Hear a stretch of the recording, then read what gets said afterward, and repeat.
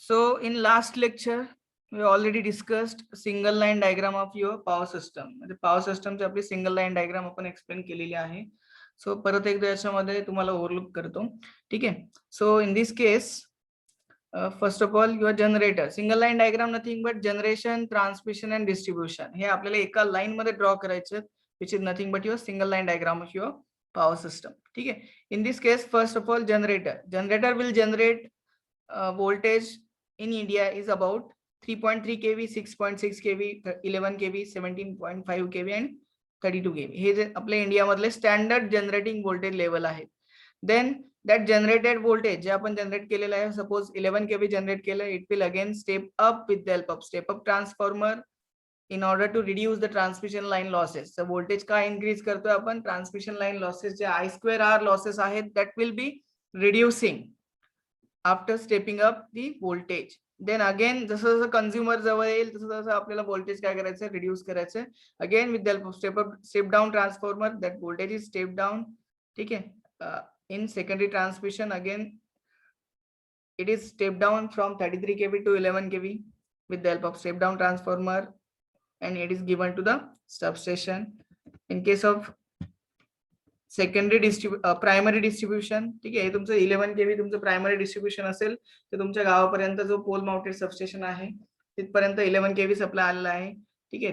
त्या pole mounted substation मधून that substation will step down up to 440 volt आणि तुमच्या जर 3 फेज सप्लाय रिक्वायर्ड असेल तर 3 phase directly 440 volt 3 phase supply घेतला जातो आणि जर सिंगल फेज रिक्वायर्ड असेल तर त्या 3 फेजचा सिंगल फेज मध्ये कन्वर्जन करून. आता 3 फेजचं सिंगल फेज मध्ये कसं घेतात बऱ्याच जणांना माहित असेल. ठीक आहे. फॉर एक्झाम्पल हा एक फेज आहे, हा दुसरा फेज आहे आणि हा तिसरा फेज आहे आणि हा न्यूट्रल आहे. ठीक आहे. न्यूट्रल दुसऱ्या कलर मध्ये सपोज ही न्यूट्रल वायर आहे. ठीक आहे.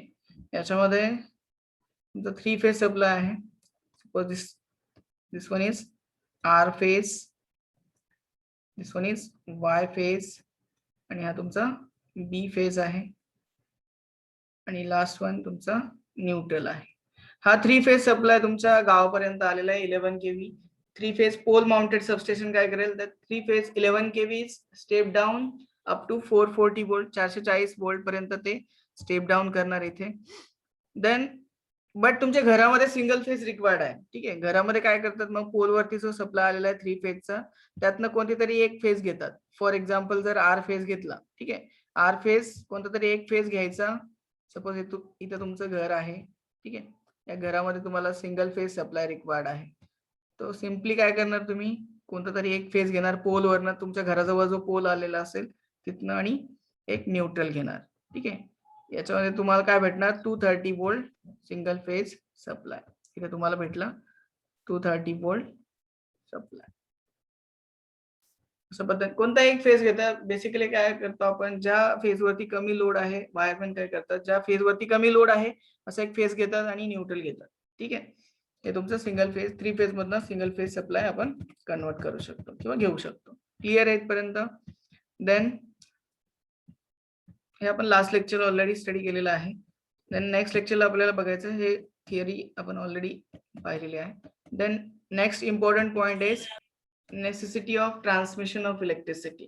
Why you have to require transmit that electricity from one point to other point. म्हणजे एका पॉइंट पासून दुसऱ्या पॉइंट पर्यंत आपल्याला इलेक्ट्रिसिटी का ट्रान्समिट करायची आहे. ठीक आहे. बऱ्याच जणांना माहिती आहे इन ऑर्डर टू ट्रान्समिट, कारण आपण जे लोड सेंटर आहेत किंवा जे आपण कंझ्युमर आहेत ते एकाच ठिकाणी आहेत का नाही. It is located at the wide space और इट इज नॉट कॉन्सन्ट्रेटेड, म्हणजे एका ठिकाणी कॉन्सन्ट्रेट आहेत का नाही. So first of all first point आहे युअर लोड सेंटर और your consumer is not concentrated. ठीक आहे. किंवा electrical load on the power system is not concentrated at one place but it is widely spread. म्हणजे एकाच ठिकाणी load आहे का आपला नाही. म्हणजे तुमच्या गावामध्ये जे घर आहेत ते एकाच ठिकाणी आहेत का नाही, ते वाइडली पसरलेले आहेत. That's why you have to transmit power from one point to other point. हा एक वन रिझन आहे. then next is load points are located away from the generating station. म्हणजे फॉर एक्झाम्पल तुमच्या गावामध्येच एखादं जनरेटिंग स्टेशन आहे का नाही. सो लोड पॉइंट म्हणजे काय, तुमचं गाव फॉर एक्झाम्पल तुमचं घर आहे लोड सेंटर, तुमच्या घराच्या जवळच कुठे जनरेटिंग स्टेशन किंवा थर्मल पॉवर प्लांट किंवा हायड्रो पॉवर प्लांट आहे का एखादा घराच्या बाजूलाच, नाही. तो फॉर एक्झाम्पल कोयना डॅम घेतला, कोयना आणि तुमच्या घरामध्ये डिस्टन्स खूप जास्त आहे, दॅट मीन्स जे जनरेटिंग स्टेशन आहे त्याच्यापासून आपला लोड पॉइंट खूप जास्त डिस्टन्स वरती आहे. दॅट्स वाय त्या पॉइंट पासून आपल्या लोड पॉइंट पर्यंत आपल्याला इलेक्ट्रिसिटी ट्रान्समिट करायची. ठीक आहे. सो हा झाला second point. Then third is due to limitations of site selection criteria. आता साइट सिलेक्शन क्रायटेरिया म्हणजे काय, जे आपण इन्स्टॉलेशन बघितलं थर्मल पॉवर प्लांटचं, न्यूक्लिअर, हायड्रो, जे काही सोलार आहे, त्याच्यासाठी आपण साइट सिलेक्ट करत असतो. ठीक आहे, साइट सिलेक्शन करत असतो. आता साइट सिलेक्शन म्हणजे काय, फॉर एक्झाम्पल एखादा हायड्रो पॉवर प्लांट इन्स्टॉल करायचं झालं तर तुमच्या गावाच्या जवळ इन्स्टॉल करून चालेल का, नाही, त्याला साइट सिलेक्ट करावी लागेल. साइट म्हणजे काय, there should be hilly area. ठीक आहे, हिली एरिया अशा ठिकाणी पाहिजे जिथे वॉटर किंवा पाण्याचं स्टोरेज जास्त आहे. ठीक आहे, हेड हाईट त्याची जास्त असेल as compare to other area. ठीक आहे, किंवा थर्मल पॉवर प्लांट इन्स्टॉल करायचं, it should be away from populated area. ठीक आहे, it should be closer to the transportation और transportation can be easily done. ठीक आहे, म्हणजे अशा ठिकाणी आपण हे साइट सिलेक्शन क्रायटेरिया आहे, अशा ठिकाणी आपण पॉवर प्लांट इन्स्टॉल करतो. ठीक आहे, that's why it should be located far away from the load centre. त्यामुळे आपल्याला लोड सेंटर पासून खूप जास्त दूरवरती पॉवर प्लांट किंवा जनरेटिंग स्टेशन इन्स्टॉल करावे लागतं. ठीक आहे, हेन्स इथे बघू शकता तुम्ही, hence the electricity need to be transmit from generating station to the point of actual utilization. The point of actual utilization म्हणजे काय, आपलं घर. आपल्या घरामध्ये आपण आता बसलेलो आहोत. ठीक आहे, मी लेक्चर घेतोय, तुम्ही लेक्चर पाहताय मोबाईलवरती तुम्ही मोबाईल चार्ज केलेला आहे. ठीक आहे, तुमच्या घरापर्यंत इलेक्ट्रिसिटी आली आहे, which is nothing but point of actual utilization. Actual utilize ज्या पॉइंटला होतंय, which is nothing but your point of actual utilization, nothing but consumer. हे आपण झालं कन्झ्युमर. त्यासाठी आपल्याला एका पॉइंट पासून म्हणजे एका जनरेटिंग स्टेशन पासून आपल्या घरापर्यंत आपल्याला इलेक्ट्रिसिटी ट्रान्समिट करावी लागते. क्लिअर आहे सगळ्यांना? Y you require transmit electricity from one point to other point. म्हणजे एका पॉइंट पासून दुसऱ्या पॉइंट पर्यंत आपल्याला इलेक्ट्रिसिटी का ट्रान्समिट करायची आहे, याचं रिझन क्लिअर झालं सगळ्यांना? ठीक आहे, द नेक्स्ट आहे याच्यामध्ये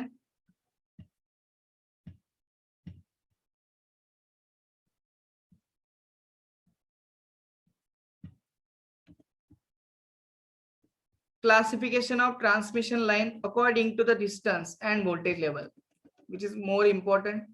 ठीक है, classification of transmission line according to distance and voltage level. ठीक है, आता according to distance there are three types of transmission line: short, medium and long transmission line.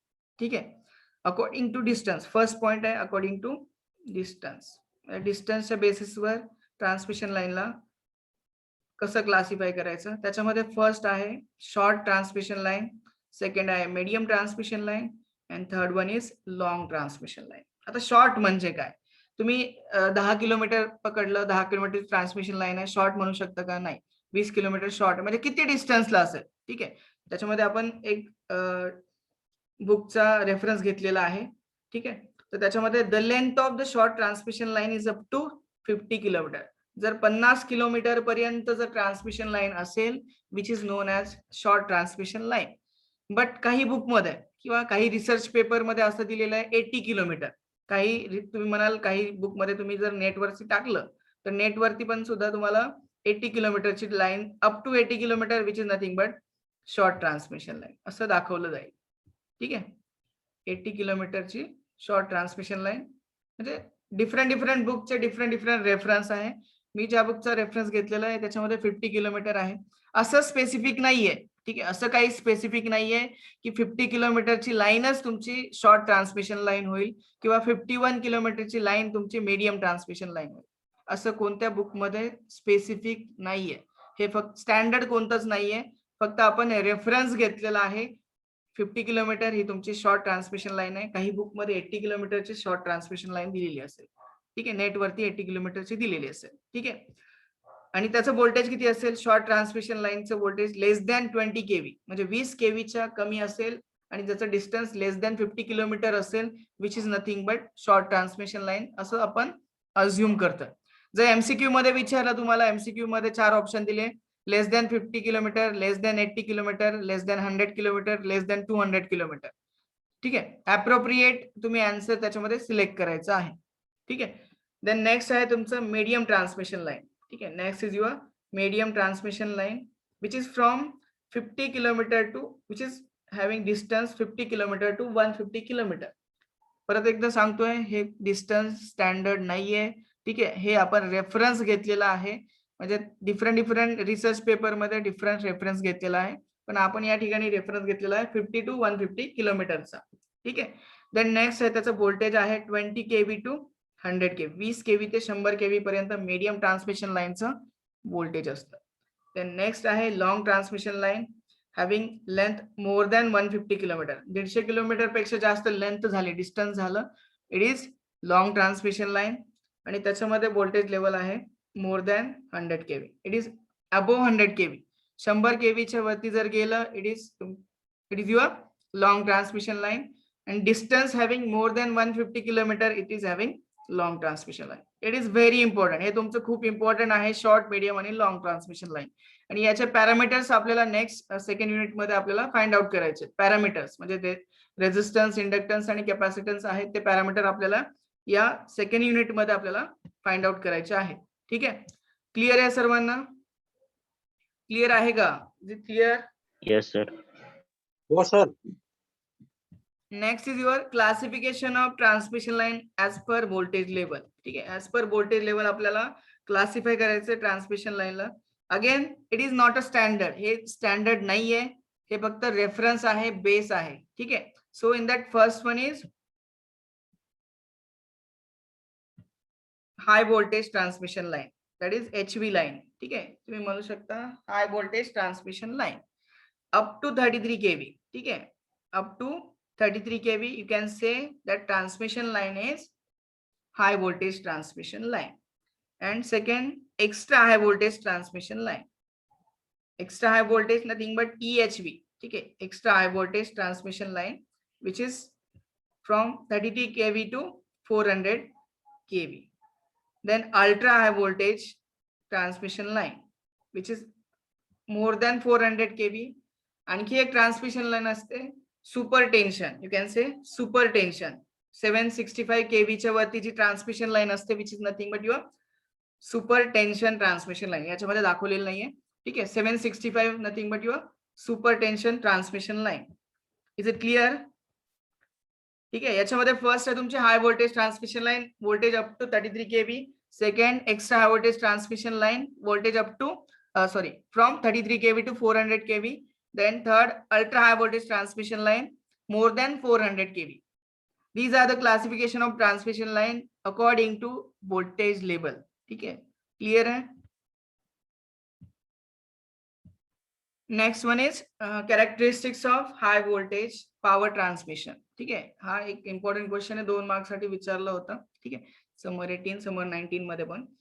So characteristics म्हणजे काय, हाय व्होल्टेज पॉवर ट्रान्समिट का करायची. For example आपण transmit करतोय for example 132 kV, तर त्याला जर आपण 220 kV ने ट्रान्समिट केलं किंवा 400 kV ने ट्रान्समिट केलं, तर या हाय व्होल्टेज ट्रान्समिशनचा ऍडव्हान्टेजेस आपल्याला लिहायचे किंवा कॅरेक्टरिस्टिक्स याच्यामध्ये लिहायचे. ठीक आहे, in that first one is cost of transmission line per kilometre reduces. आता per kilometre transmission line cost काय होते, रिड्यूस होते. कशी? As you are increasing the voltage, म्हणजे जे 11 kV आपण जनरेट केलेलं आहे ते 11 kV आपण स्टेप अप करतोय 132 kV ला किंवा 220 kV ला. ठीक आहे, दॅट्स वाय जर व्होल्टेज इन्क्रीज केलं, cost of transmission line per kilometre reduces, जी पर किलोमीटरची कॉस्ट आहे ट्रान्समिशन लाईनची ती रिड्यूस होते. हा झाला first characteristics. Then second one is performance of transmission line get improved. ठीक आहे, आता परफॉर्मन्स कसं इम्प्रूव्ह होतं, performance nothing but efficiency and regulation of transmission line. Efficiency and regulation nothing but, आता इफिशियन्सी म्हणजे काय, आउटपुट अपॉन इनपुट, जे तुमचं रिसिव्हिंग एंड व्होल्टेज आहे किंवा रिसिव्हिंग एंड पॉवर आहे divided by sending end power, त्याची कॅल्क्युलेशन केलं which is nothing but your efficiency, म्हणजे आउटपुट अपॉन इनपुट. हे तुमचं सिंपल इफिशियन्सीचं डेफिनेशन झाली.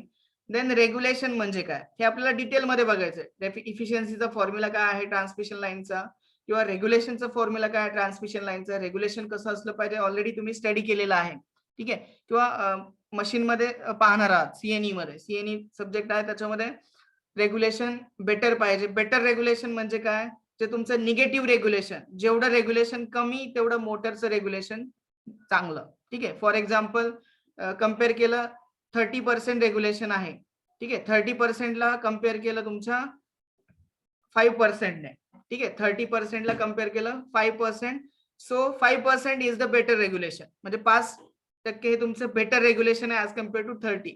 जेवढं रेग्युलेशन कमी तेवढं तुमची मशीनची इफिशियन्सी जास्त असते. ठीक आहे. हे तुम्हाला डिटेलमध्ये फॉर्म्युलामध्ये क्लिअर होईल. ठीक आहे. नेक्स्ट आहे third characteristic, bulk amount of power that can be transmitted over a long distance. For example 300 kilometre आहे, 400 किलोमीटर आहे, म्हणजे जास्त maximum amount of power that can be transmitted with the help of high voltage. जर high voltage use केलं तर bulk amount of power that can be transmitted from one point to other point. ठीक आहे. Large amount of power आपण एका point मधून दुसऱ्या point पर्यंत ट्रान्समिट करू शकतो. फोर्थ आहे ते दिसत नाहीये बट सांगतो मी तुम्हाला. For a long distance it is necessary for high voltage transmission. Long distance साठी, जर लॉंग डिस्टन्स साठी आपण लो व्होल्टेज प्रेफर केलं, 11 kV प्रेफर केलं तर त्याच्यामध्ये लॉसेस होणार आहेत. ते लॉसेस मुळे तुमची जी इफिशियन्सी आहे, ट्रान्समिशन इफिशियन्सी, ती खूप कमी असणार आहे. म्हणजे तुमच्या आउटपुटला जे व्होल्टेज भेटणार आहे ते किंवा पॉवर भेटणार ती खूप कमी भेटणार आहे. ठीक आहे. For long distance, fourth one आहे for long distance you have to prefer high voltage transmission. ठीक आहे. म्हणजे 132 kV, 220 kV, 400 kV आपल्याला प्रेफर करायचं. ठीक आहे. नेक्स्ट आहे याच्यामध्ये reduce volume of the conductor material. जसं व्होल्टेज इन्क्रीज केलं, ऍज व्होल्टेज इन्क्रीजेस, आता व्होल्टेज इन्क्रीज केल्यामुळे काय होतं, तुमचा cross sectional area of the conductor काय होतो, कमी होतं. आता व्हॉल्यूम आणखी तुम्हाला रिड्यूस करायचं आहे. ठीक आहे. व्हॉल्यूम रिड्यूस केला म्हणजे काय होणार, तुमची कंडक्टरची कॉस्ट काय होणार आहे, ऑब्व्हियसली कमी होणार आहे. कंडक्टरचा व्हॉल्यूम कमी केला त्यामुळे कंडक्टरची कॉस्ट काय होणार, ऑब्व्हियसली कमी होणार आहे. देन ट्रान्समिशन लाईन इरेक्शनची कॉस्ट काय होणार आहे, कमी होणार आहे. ठीक आहे. Then next last one is decrease percentage line drop. Percentage line drop म्हणजे काय, लाईन ड्रॉप म्हणजे काय, you can say voltage drop. ठीक आहे. लाईन मध्ये जो व्होल्टेज ड्रॉप होणार आहे as voltage increases, voltage increase केल्यामुळे काय होणार आहे, तुमचा I R drop, you can say I R drop काय होणार आहे, रिड्यूस होणार आहे. You can say percentage IR drop किंवा व्होल्टेज ड्रॉप. ठीक आहे. That is reduced. क्लिअर आहे सगळ्यांना. So next is methods of construction of electrical supply distribution system. जे डिस्ट्रीब्युशन सिस्टम आहे, ठीक आहे, म्हणजे जे आपल्या घरापर्यंत सप्लाय येणार आहे, डिस्ट्रीब्युशन सिस्टम बोलतोय, त्याचं व्होल्टेज कमी असणार आहे. ठीक आहे. आपल्याला त्याचा मेथड्स फाइंड आउट करायचे किंवा मेथड्स समजून घ्यायचे. त्याच्यामध्ये फर्स्ट आहे 220 वोल्ट किंवा 230 volt, you can say 400 volt, 11 kV आणि 33 kV पर्यंत आपण कोणत्या मेथड्स यूज करणार आहे डिस्ट्रीब्युशन सिस्टम साठी. ठीक आहे.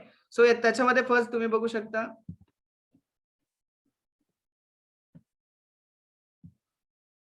In that first one is single phase two wire system. आता याच्यामध्ये तुम्ही फर्स्ट ऑफ ऑल हे फर्स्ट मेथड आहे सिंगल फेज एसी सिस्टम.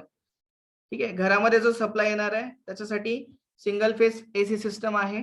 आता सिंगल फेज एसी मध्ये पुन्हा टाइप येतात. त्याच्यामध्ये फर्स्ट वन आहे single phase two wire system. ठीक आहे. Single phase two wire system, suppose एक वाइंडिंग आहे. ठीक आहे. Single phase two wire system winding आहे. याच्यामध्ये तुम्ही बघू शकता हे तुमची सिंगल फेज आहे, फेज आणि न्यूट्रल. ठीक आहे. ही झाली तुमची single phase two wire system. ठीक आहे. याच्यामध्ये दोन मेथड आहेत. तुम्ही डायरेक्टली एका पॉइंटला अर्थ करू शकता किंवा एखादा इक्विपमेंट असेल, ठीक आहे, किंवा एखादी वाइंडिंग असेल त्याला अर्थ करू शकता. हे तुमचे सेकंड याच्यामध्ये दाखवलेलं आहे. ठीक आहे. बी डायग्राम बी मध्ये दाखवलंय. दोन मेथड आहेत सिंगल फेज टू वायरच्या. एक तर तुम्ही न्यूट्रलला किंवा एखाद्या टर्मिनलला, न्यूट्रलला बेसिकली आपण काय करतो, अर्थ करतो किंवा वाइंडिंगला अर्थ करायचं. ठीक आहे. नेक्स्ट याच्यामध्ये single phase three wire system. ठीक आहे.